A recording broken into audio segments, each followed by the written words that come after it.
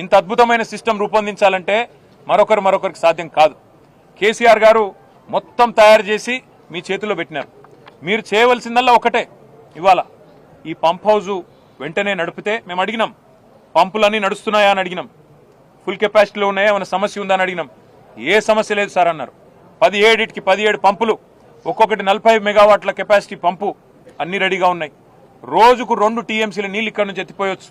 నిజంగా చెప్పాలంటే ఇక్కడ నుంచి 3 టీఎంసీలు ఎత్తిపోయొచ్చు.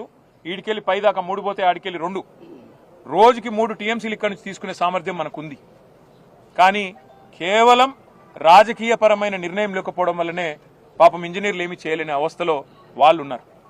నీళ్లున్నాయి, బటన్ ఒత్తితే పంపులు నడుస్తాయి, నీళ్లు ఎంఎండీలో పడతాయి, ఎల్ఎండీలో పడతాయి, మొత్తం సిస్టమ్ అంతా. అవసరమైతే ఎస్ఆర్ఎస్పీ కూడా తీసుకుపోవచ్చు, నీళ్లు వరద కాలువ నింపొచ్చు, ఎస్ఆర్ఎస్పీ నింపొచ్చు, సింగూరు, మల్లన్న సాగరు, మన